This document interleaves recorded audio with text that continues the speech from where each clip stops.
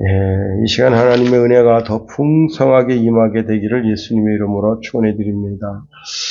한 쇼핑몰, 중국입니다. 한 쇼핑몰에 이제 어머니가 아기를 잃어버렸습니다. 한 3살, 4살짜리 아기를 잃어버렸는데 보안팀에 막 달려가서 아이를 잃어버렸다고 호소했지만 보안팀원들이 전부 흩어져서 찾고 이 어머니는 이제 막 백방으로 난리 났죠. 그런데도 찾을 수가 없습니다. 그때 이 어머니가 보석상으로 달려갔어요. 그리고 주변에 있던 벽돌로다가 보석 유리잔에 그걸 깨뜨렸습니다. 그랬더니 그게 이제 도난 방지하고 연관이 있어서 그 유리가 깨지면 자동적으로 모든 셔터문이 닫힙니다. 이 어머니의 아주 지혜로운 기치로 애를 찾았는데 애가 화장실에 있었고요. 머리가 이미 빡빡 밀려서 머리가 하나도 없는 상태였고, 그 다음에 이제 옷도 아주 고급 옷으로 상하 입혀져 있고, 신발도 아주 좋은 신발로 신겨져 있었다는 겁니다. 아이를 유괴해서 다른 데다 팔아먹으려고 했던 유괴범들에 의해서 이 아이가 이렇게 이제 머리도 밀리고 그렇게 됐던 겁니다. 참 이 어머니의 재치 있는 지혜로 아이를 찾게 된 겁니다. 이런 것처럼요, 우리의 영혼을 유기하는 유괴범이 있는데 바로 마귀입니다. 우리로 하나님을 만날 수도 없고 찾을 수도 없게 만듭니다. 그리고 복음의 전도자를 핍박해서 더 이상 전도할 마음을 가지지 못하게 합니다. 문화가 다른 문화를 우리에게 전파한다. 우리 전통하고 다르다. 이런저런 핑계로 복음을 전하지 못하게 합니다. 제가 이제 어릴 때 예수 믿으니까 우리 아버님이 저한테 하시는 말씀이 노놈 때문에 내가 죽어서 제사밥도 못 얻어먹는다. 그런 말씀도 하셨습니다. 그런 분이 이제 지금 우리 교회 나오셔서 집사님이 되시고 또 이제 하나님의 부름을 기다리는 그런 걸 보면서 참 감사합니다. 전도를 못하게 하는 이유도 가지가지다 하는 겁니다. 국가적으로도 복음을 전하지 못하게 막는 경우도 있습니다. 북한 보세요. 다른 종교를 가지면 그냥 총살하잖아요. 그죠? 중국 보세요. 코로나 직전에 이런저런 구실로다가 교회를 핍박하고 십자가에다가 폭발물을 장치해서 십자가를 폭파시키고 교회를 포크레인을 동원해서 뜯어버립니다. 이런 가운데 복음 전도자들이 쫄게 되고요. 그리고 이제 그 코로나 핑계로다가 전부 다 내쫓는 거예요. 동남아시아에 있는 선교사들 다 내쫓는 거예요. 그 다음에 중국에 있는 선교사들 다 내쫓는 거예요. 사도 바울도 이제 그러한 삶 속에 던져지게 됩니다. 그래서 데살로니가 교회 성도들에게 복음이 마라톤처럼 끊이지 않고 잘 전파되게 해달라고 기도해달라고 하면서 뿐만 아니라 이 복음이 영광스럽게 하게 해달라고 요청합니다. 1절이죠. 그토록 형제들아, 너희는 우리를 위하여 기도하기를 주의 말씀이 너희 가운데서와 같이 퍼져나가 영광스럽게 되고 말씀합니다.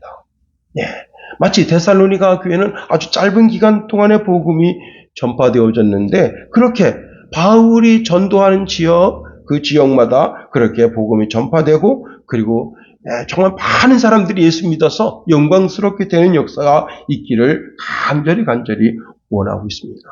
그 다음에 더 나아가 이제 복음 전파자인 바울 전도팀의 안전을 위해서 기도해달라는 겁니다. 그것이 오늘 본문 2절인데요. 이렇게 말씀하고 있네요. 또한 우리를 부당하고 악한 사람들에게서 건지시옵소서 하라. 믿음은 모든 사람의 것이 아니니라 말씀합니다. 우리가 오늘 본문 3절에 있는 말씀을 통해서 한번 세 가지로 살펴보려고 합니다. 첫 번째는요. 우리를 건전해 주옵소서 이렇게 기도해야 한다는 겁니다. 자, 이렇게 믿음이 중요한 것은 어떤 상황, 어떤 환경에서 이건 내 운명이야 이렇게 받아들이면 하나님도 그 사람의 결정을 존중해서 더 이상 역사하지 않는다는 거예요. 그런데 이게 엄밀히 따지면 불신앙이죠. 자, 무당에 가서 사주팔자를 받아놓고 그대로 될 줄 아는 신앙도 그게 신앙이거든요. 물론 하나님의 진노가 임하시지만 그대로 된다고 믿는 대로 되는 거예요. 예. 그런데 여기서 아주 중요한 것이 있습니다. 우리 하나님은요, 사주팔자, 무당, 귀신, 토종비결, 고사, 바가지에다 칼 꽂고 무당 푸닥거리 하는 것을 하나님이 아주 싫어하십니다. 예. 그리고 귀신 섬기는 모든 자를 하나님은 저주하십니다. 왜? 귀신은 피조물로서 우리로 하여금 우리를 이렇게 미혹해 하는 존재이기 때문에 그렇습니다. 그런데 여러분, 우리가 믿음을 가지고 하나님이 전능하신 분이라고 믿는 믿음을 가지고 믿음 가운데 나아가면 하나님은 그 믿음 따라 역사하신다는 겁니다. 요나를 보세요. 요나는 물고기 뱃속에 들어갔습니다. 예. 한편에서 요나를 녹이려고 위액이 내려오고 있습니다. 꿀럭꿀럭. 예. 그 위벽에 있는 모든 세포에서부터 꿀럭꿀럭 이제 위액이 나오고 있습니다. 기가 막히죠. 그리고 그 냄새는 어떻겠어요? 아주 매캐한 냄새. 예. 그런데 요나가 그 가운데서 이건 내 팔자야. 내가 하나님을 배반해서 이렇게 물고기 뱃속에 들어가게 됐어. 그러니까 이건 받아들여야 해. 하고 거기서 요나가 그걸 받아들였으면 그대로 되는 거예요. 그 불신앙의 신앙대로 되는 겁니다. 그런데 요나는 거기서 하나님을 찾았습니다. 내가 비록 하나님 마음에 상처를 줬어. 하나님을 배신했어. 그렇지만 그 물고기 뱃속에서 그는 하나님을 찾으며 부르짖습니다. 요나서 2장 1절 이하에 보니까 요나가 물고기 뱃속에서 그의 하나님 여호와께 기도하여 이르되 내가 받는 고난으로 말미암아 여호와께 불러 아뢰었더니 주께서 내게 대답하셨고 내가 스올의 뱃속에서 부르짖었더니 주께서 내 음성을 들으셨나이다. 주께서 나를 깊은 속 바다 가운데에 던지셨으므로 큰 물이 나를 두르고 주의 파도와 큰 물결이 다 내 위에 넘쳤나이다. 그리고는 9절에 가면요. 내가 이제 주의 성전에 올라가서 여호와께 감사로 제사 드리겠습니다. 이러니까 하나님께서 어떻게 하셨어요? 그 고난 가운데 요나를 물고기로 하여금 토해내게 해서 다시 새 생명을 얻게 하고 이제 말씀을 순종하는 삶을 살게 하신 겁니다. 그러니까 어떻게 되는 거예요? 이건 내 운명이야. 받아들이면 그 받아들인 믿음대로 되는 거예요. 근데 그 믿음은 뭐라고요? 무신앙이에요. 그런데 이건 내 운명이야. 그렇게 받아들이지 말고 그 절박한 상황 속에서 기도하라는 거예요. 하나님께 부르짖어 기도하라는 거예요. 지금 바울 전도팀이 환란에 들어갔습니까? 아니에요. 환란에 들어가지 않았어요. 그러나 환란에 들어간 적이 많습니다. 그러나 그 환란의 때를 대비해서 기도하라는 거예요. 지금 더 기도하라는 거예요. 이렇게 말씀하고 있네요. 또한 우리를 부당하고 악한 사람들에게서 건지시옵소서. 자, 바울은 원수들에게서 건져냄을 받기를 원하고 있다는 겁니다. 여기서 건지시옵소서라는 말은 구조해 주옵소서 그런 말입니다. 내 개인의 안전을 지켜달라는 거예요. 전도팀의 그 안전을 지켜달라는 거예요. 거룩한 사역을 위해서, 복음의 사역을 위해서 하나님 우리를 지켜주옵소서 그렇게 기도해달라는 거예요. 여러분 사도행전 12장에 보면 베드로가 구속됐습니다. 당시 헤롯 아그리빠가 교회에 몇 사람을 박해해가지고 그 가운데 이제 야고보를 죽였습니다. 그랬더니 유대인들이 되게 좋아합니다. 그래서 그때가 무교절 기간이어서 무교절 기간이 끝나면 베드로를 이제 형식적인 재판 절차를 거쳐가지고 그리고는 이제 못 뺄라고 그렇게 맘먹고 있습니다. 그때 예루살렘 교회가 할 수 있는 게 아무것도 없어요. 그때 예루살렘 교회가 이건 우리 운명이야. 할 수 없지 뭐. 야고보 사도님도 돌아가셨는데 이번에 베드로 사도님도 돌아가시게 생겼고 그렇게 받아들이면 그대로 되는 거예요. 불신앙의 믿음대로 되는 거예요. 그러나 우리 신앙의 믿음대로 아무리 절박한 상황 속에서라도 하나님을, 전능하신 하나님 믿고 어떻게 해요? 간구하며 부르짖어 기도해야 되는 거예요. 이 예루살렘 교회가 베드로를 위해서 열심히 기도합니다. 그랬더니 그 밤에 주의 사자가 나타났어요. 베드로는 글쎄 모르겠어요. 이 보통 이런 신앙 아니면 베드로 그냥 하나님 알아서 하시겠지 하고 그냥 내 알겠지 그냥 간수들과 같이 자고 있습니다. 천사가 와서 옆구리를 발로 차가지고 일어나라. 그러니까 그게 환상인 줄 알아요. 이게 꿈인 줄 알아. 내 옷을 겉옷을 입어라. 겉옷을 막 입습니다. 나를 따라와라. 첫째 파수하는 군병을 지나가고 두 번째 파수 군병이 지나가고 그 다음에 철문이 스스로 열립니다. 철문은요 혼자는 못 열어요. 듣고도 잃어버렸는데 16명의 병사들이 서로 양쪽에서 땡겨야만 그 문이 열린다. 오래전에 들었는데 그 내용이 확실한지 아닌지는 모르겠어요. 그런 문이에요. 그런데 그 문이 스스로 열려요. 그 문을 통과해서 나오니까 이게 뭐야, 이게 꿈이 아니구나, 생시구나. 그리고 여러분 기도할 때 우리를 건져내 주소서. 기도할 때 우리의 믿음대로. 두 번째로 우리 삶에 부당하고 악한 사람들이 늘 있음을 알아야 됩니다. 부당하고 악한 사람들, 특히 여러분 여행 때에는요 여러 가지 위험을 만나게 되기 마련입니다. 지금 이제 우리나라 유튜버 3만 명 정도 이상 되는 유튜버들을 일본에서 이렇게 이 지역에 오시면 우리가 3박 4일 동안 고급 호텔과 숙박비, 그 다음에 여행 경비 일체를 드립니다. 그래서 3만 명 정도 이상 유튜버를 준 사람들만 지원할 수 있대요. 그래서 일본에 엄청나게 우리나라 젊은이들이 가서 그 지역 가서 이렇게 전부 속속히 다 돌아보고 유튜브로 찍어서 대한민국에다가 전송해서 그걸 보게 합니다. 엄청나게 많은 젊은이들이, 왜냐? 자, 비행기 공짜죠. 그 다음에 자는 데가 공짜죠. 먹는 게 공짜죠. 그 다음에 여행 경비를 주죠. 그러니까 그렇게 찍어서 올리는데 여러분 대한민국 사람들이 일본에 제일 많이 갑니다. 그런데 우리가 일본에 가서도 감사한 것은 그 나라가 치안이 좋잖아요. 물론 이제 뭐 이렇게 저렇게 불편한 일을 겪는 것도 있긴 하지만 그래도 동남아시아는 불안하잖아요. 중국 가서 거기서 한국 사람들 막 차별 대우받고, 필리핀 가서, 그다음 태국 가서, 그다음에 이제 캄보디아 가서,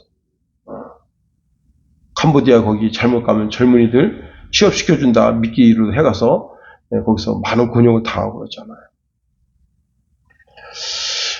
최근에 이제 하버드 대학 학생들 졸업 일주일을 앞두고 모든 학생들 본국으로 귀국하라는 명령이 떨어져서 뉴스화 됐습니다. 자국민이 아니까 그러한 조치를 당하게 되는 겁니다. 사도행전 18장에 보면요, 당시 이제 바울이 갈릴리오 앞에 끌려가게 됩니다. 갈리오가 아가야 지방의 총독으로 되어 있을 때 유대인들이 합심해서 바울에게 몰려가서 그를 재판장으로 끌고 갔습니다. 자, 유대인들은 갈리오에게 이 사람이 우리 법을 어겨가면서 사람들에게 하나님을 섬기라고 유혹하고 있습니다 라고 고소했습니다. 바울이 막 입을 열려고 하니까 유대인들이 입을 못 열게 하면서 이제 오히려 갈리오가 유대인들에게 이런 말합니다. 여러분, 고소하는 것이 어떤 범죄나 나쁜 행동에 관한 것이라면 내가 들어주겠어. 그러나 여러분이 지금 말하는 것은 언어와 명칭과 여러분들의 율법에 관한 것들이요. 그러니 이런 문제는 여러분 스스로 해결하시오. 나는 이런 사건의 재판관이 되기 싫소하고, 이제 갈리오가 한 발 빼니까, 그리고 갈리오가 이제 의자에 재판석 거기에 의자에 딱 앉으니까 유대인들이 쫙 몰려가가지고 회당장 소스데네를 붙잡고 그리고 그 앞에서 막 두드려 팹니다. 네. 갈리오는 조금도 참견하지 않았습니다. 법정이 어떤데요? 가장 정의롭고 공명정대해야 되는데 거기서 마구 폭행을 당하고 부당한 일을 당하는 거예요. 그런데 공권력을 가지고 있는 재판장인 갈리오는 나서지 않습니다. 법은 만민에게 평등하다면서 그렇지 않다 이 말이에요. 참 부당한 일이죠. 제가 이제 하얼빈 S교회 이제 부흥회를 마치고, 부흥회는 이제 보통 주일날 가면 주일날 밤에서부터 시작되고요. 월요일날 가면 월요일날 오후서부터 시작됩니다. 오후 때서부터. 그래서 아침 일찍 가죠. 그렇게 해서 이제 보통 2박 3일 정도 부흥회를 하는데, 수요일날 저녁에, 하여튼 수요일날 밤에 마쳐요, 무조건. 그리고 이제 목요일날은 지방교회를 갑니다. 왜냐하면 지방교회는 이제 이렇게 사역자가 전도사님일 경우가 있고, 그 다음에 이제 권사님들이 이렇게 하실 경우가 있어요. 그 다음에 집사님들이 하실 경우가 있는데, 그분들이 그렇게 교회를 하시면 세례를 못 주잖아요. 그래서 그 교회에 이제 있는 성도한테 그날 목요일날 도착해서 그분 성도를 불러서 이제 여기서 구술시험을 봅니다. 주기도문을 외우고 있는지, 사도신경을 외우고 있는지, 그 다음에 소요리 문답을 쭉 놓고 이제 같이 공부를 하고, 그 다음 신앙고백을 받게 한 다음에, 우리가 또 올 수가 없잖아요. 6개월 있다 올 수 있다. 그러면 그게 안 되잖아요. 그러면 그 자리에서 이제 세례를 줍니다. 그래서 이제 목요일 날 세례를 주기로 하고, 그리고 이제 1일 부흥회 정도 하기로 하고, 그렇게 이제 그 권사님이 이제 마음이 이제 바빠서 그날 목요일 날 오니까 수요 오전 예배만 드리고 가버린 거예요. 가서 그 지역에 가서 이제 시장에 가서 이제 선생님들 온다고, 이제 제가 좋아하는 이제 제가 뭘 좋아하는가 하면 거기 갔더니 그 생선찜이 되게 맛있어요. 그랬더니 그분이 또 생선 사고 또 돼지고기 사고 쇠고기 사고 막 푸짐하게 사가지고 가는데 옆집 옆에 내가 그걸 봅니다. 저기 한국 사람 오는가? 그래서 신고를 해버린 거예요. 그 수요 예배를 이제 그분은 수요일날 오늘 일찍 갔으니까 수요 예배를 자기네 교회에서 드리는데 이제 자기네 교회 한 10명 놓고 예배를 드리는데 공안이 온 거예요.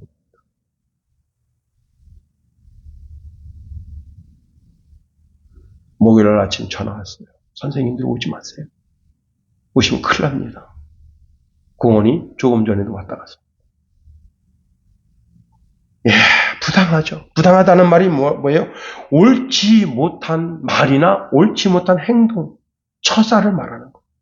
복음 전도자들 앞에서 이런 일들이 생기죠. 그런데 이런 일이 생기지 않도록 해달라고 기도하라는 거. 부당한 처사. 제가 이제 중학교 때 학생회 회장을 했어요. 2학년 때도 회장하고 3학년 때도 회장하고 제가 그러니까 한 인물 한 거예요. 그러니까 이제 교회 학생회 회장을 하는데 참 학생들이 많이 모였어요. 그때 한 거의 3, 40명 모여서 예배 드렸습니다. 제가 잘한 건 그런 건 없고 그냥 모르겠어요. 하여튼 잘 모였어요. 그리고 이제 제가 우리 교회가 있으면 교회에서 한 200m, 한 150m 정도 떨어진 곳에 이재호 형님이 계셨는데 그 집이 이제 교회 가기 전에 그 집에 가서 형님 계세요 하면 그 아주머니가 놔라 들어와라 그러면 그 형 방에 가가지고 거기서 이제 이렇게 텔레비전 보고 이제 놀고 막 그러다가 예배 시간 딱 되면 갑시다 그러면 또 이제 가서 예배 드리고 그러는데 어느 날 어떤 집사님 한 분이 저를 불러요. 영호야, 왜 그러세요? 그랬더니, 그거 있잖아. 누구누구가 너 때려준다고 지금 공공연하게 말하고 다닌다. 와, 그래요? 그래서 나보고 조심해라. 알겠습니다. 그런데 그 재호 형하고 그 형하고 친구예요. 그 재호 형이 나를 부르고, 영호야, 걔가 있잖아. 너 때려주겠다고 지금 벼르고 있다. 그래요? 알겠습니다. 그리고 이제 그날은 이제 집에서 출발해서 이제 교회당 가는 중인데 중간에서 그 형을 만난 거예요. 그 깡패 형을. 근데요, 참 이상해요. 내가 그 형을 보고, 형님 안녕하세요. 내가 선배들 꼭 인사합니다. 형님 안녕하세요. 그리고 손을 딱 잡았어. 그랬더니 그 형이, 그래. 너 어디 가냐? 교회 갑니다. 형님 같이 교회 가실까요? 나도 가도 될까? 그 오세요. 교회 왔습니다. 와, 이게 진짜 성령의 역사심이에요. 나를 때리려고 거기서 기다리고 있던 사람이 내가 손 덥석 잡고 형님이라고 불렀다고 그 한마디에 교회 왔습니다. 그렇게 해서 4주 이상 교회 나왔어요. 문제는 성도들이 진짜 옛날 목사님들이 이제 교회에 뭐가 있냐면 그 늙은 암탉들 있잖아요. 늙은 장닭들. 그것들이 문제예요. 다 차가운 시선으로 그 영을 계속 보는 거예요. 왜 따뜻하게 좀 맞이하지 못해주자 말이에요. 응? 잘했다. 우리 같이 신앙생활하고 천국 가자. 이렇게 따뜻하게 되는데 전부 뒤에서 수근수근. 저 새끼가 말이죠. 누구 아들이지. 나도 마음이 진짜 불편해요. 그 얘기 들을 때. 그런데 그 영이 결국은 교회 안 나온 거예요. 그 얘기 듣고. 참, 그 부당한 처사를 교회에서 당했다, 교회에서. 응? 지들은 더 더럽고 추악하면서, 응? 참, 이 교회 늙은 장닭들 진짜, 응? 늙은 암탉들 다 그냥 잡아서 빨리 통닭이나 켄터키 프라이나 해 먹어야지. 그 차가운 시선 때문에 결국은 교회 나가고, 고등학교 3학년 나이 때 자살했습니다. 참, 내가 굉장히 속상하더라고요. 그 형 그렇게 됐다는 이야기 듣고 제가 진짜 너무 가슴 찢어지더라고요. 그런데 여러분, 정말 부당하고 무리한 일을 겪으신 분이 우리 예수님 아니에요? 마태복음 우리 27장을 늘 이제 주일 오후 때 살펴보는데 한 절 한 절 참 거기 보면 참 우리 예수님이 정말로 부당한 일을 겪으십니다. 악한 일을 겪으셔요. 그런데 여러분, 사도 바울은 우리가 이 부당한 일, 악한 일을 만났을 때 우리의 마음의 자세에 대해서 사도 바울이 경고합니다.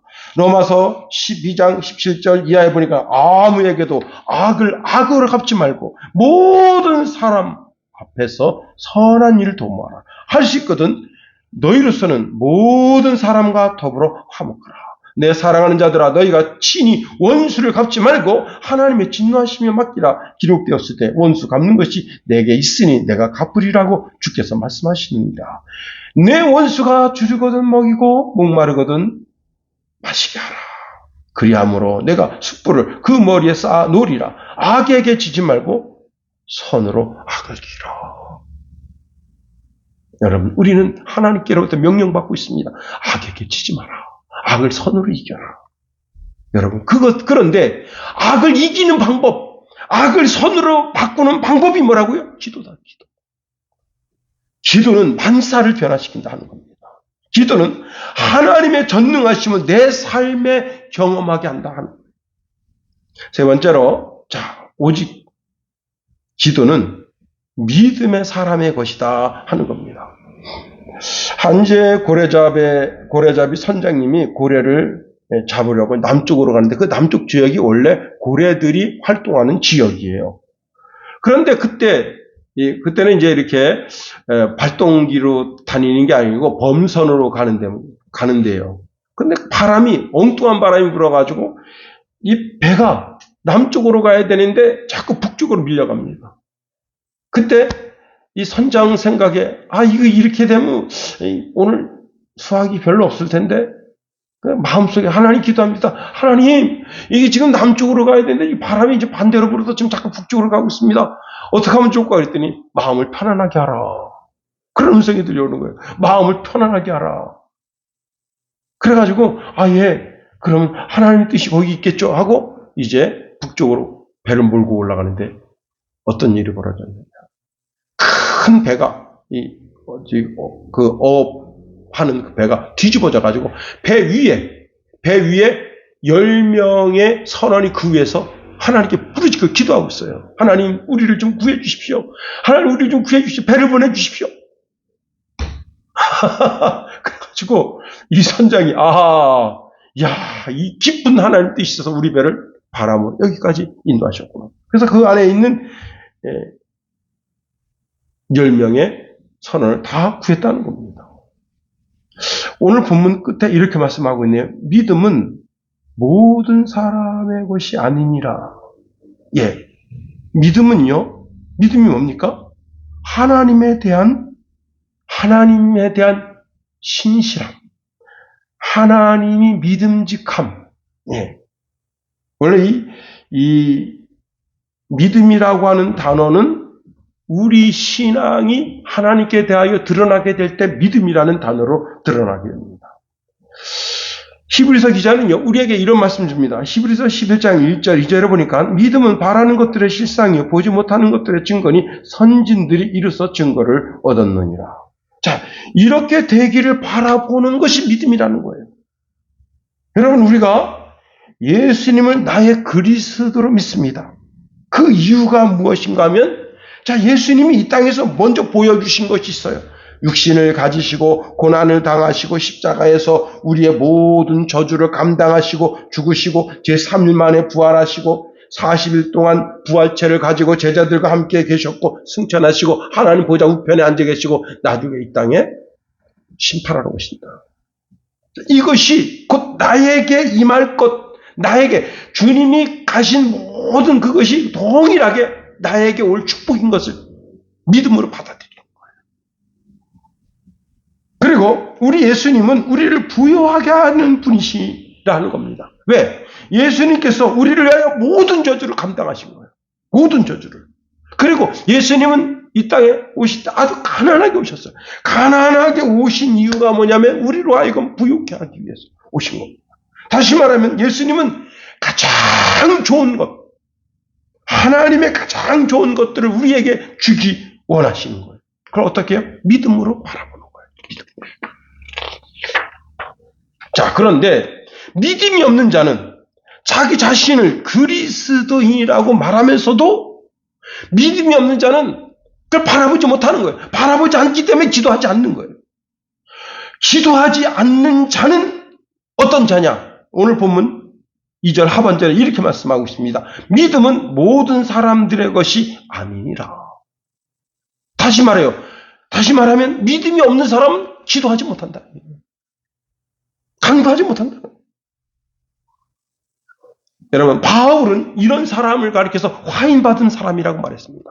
디모데전서 4장 1절에 보니까 그러나 성령이 밝히 말씀하시기를 후일에 어떤 사람들이 믿음에서 떠나 미혹하는 영과 귀신의 가르침을 따르리라 하셨으니 자기 양심이 화인을 받아 외식함으로 거짓말하는 자들이라. 예, 기도하지 않는 삶, 거짓된 그리스도인의 기도하지 않는 삶은 거짓된 그리스도인의 삶이라는 거예요. 내가 교회에 다니는데 내가 믿음이 있어서 다니는 것 같지 아니라는 거예요. 그 거짓된 삶이라는 거예요.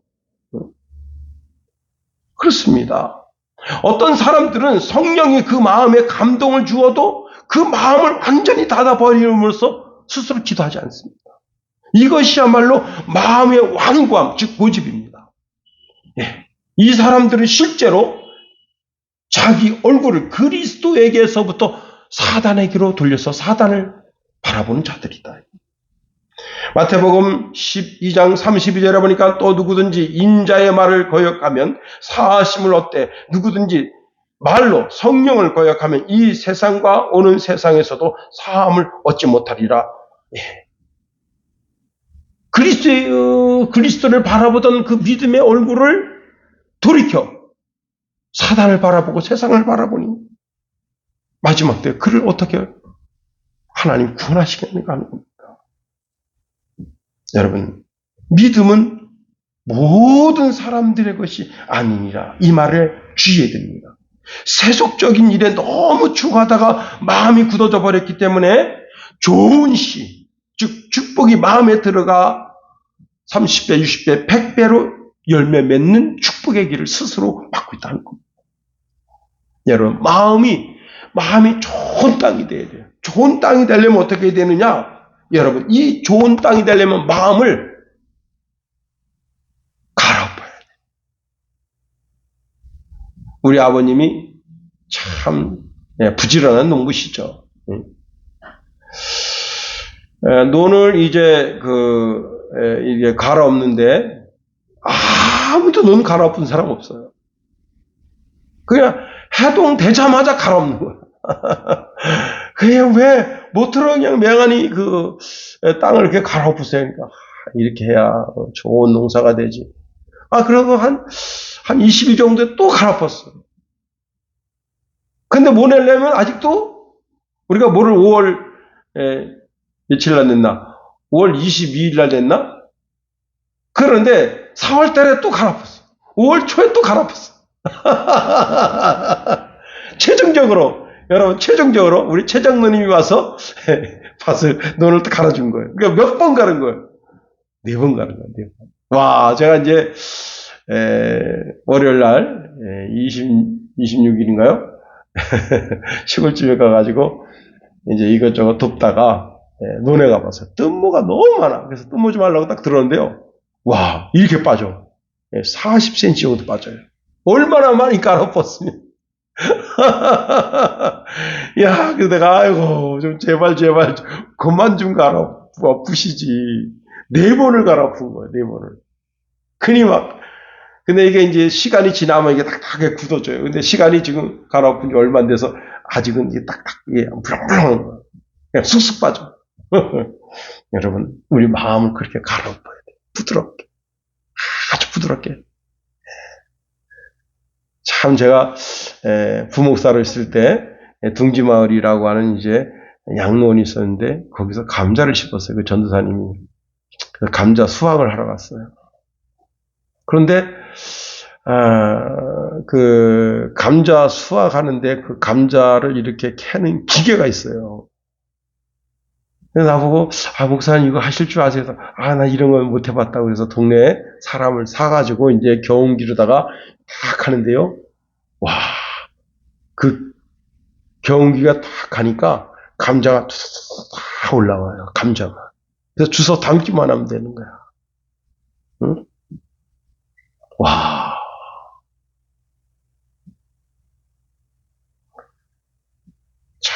정말 어떡하느냐. 그런데 그게 뭐냐면 거기서 감자만 올라오는 게 아니라요. 그 밭에 있는 돌도 다 올라와요. 그래서 그 우리 권사님들, 집사님들이 돌을 전부 주워가지고 다 갖다 밖에 버린 거예요. 그 밭은 옥토가 된 거야. 올해 이 많은 돌을, 엄청나게 많은 돌을 걷어 올렸는데 내년에는 어떻게 해요? 또 감자를 또 심으면 어떻게 해요? 또 그 삭발기로 싹 해가지고 모든 돌을 다 골라 또 버리게 되면 그 밭이 어떻게 되는 거예요? 옥토가 되는 거예요. 주님께서 뭐라고 말씀하시죠? 좋은 밭이 있다. 길가밭이 있다. 돌밭이 있다. 그 다음에 가시덤불 밭이 있다. 싹 가시덤불도 잘라내고 돌도 골라내고 길가밭 그 딱딱한 데도 그냥 쟁기로 갈아엎고 아주 부드러운. 그럼 어떻게 돼요? 30배, 60배, 100배 열매를 냅니다. 우리의 불신앙, 우리의 묵은 심령을 기견해야 돼요. 다시 말하면 믿음을 회복해야 된다는 거예요. 바울은 고린도 교회에 아주 충격적인 말씀을 주고 있습니다. 고린도후서 13장 5절에 이렇게 말씀하고 있네. 너희는 믿음 안에 있는가? 너희 자신을 시험하고 너희 자신을 확정하라. 여러분, 믿음이 여러분의 것이 되기를 축원해 드립니다. 기도하겠습니다.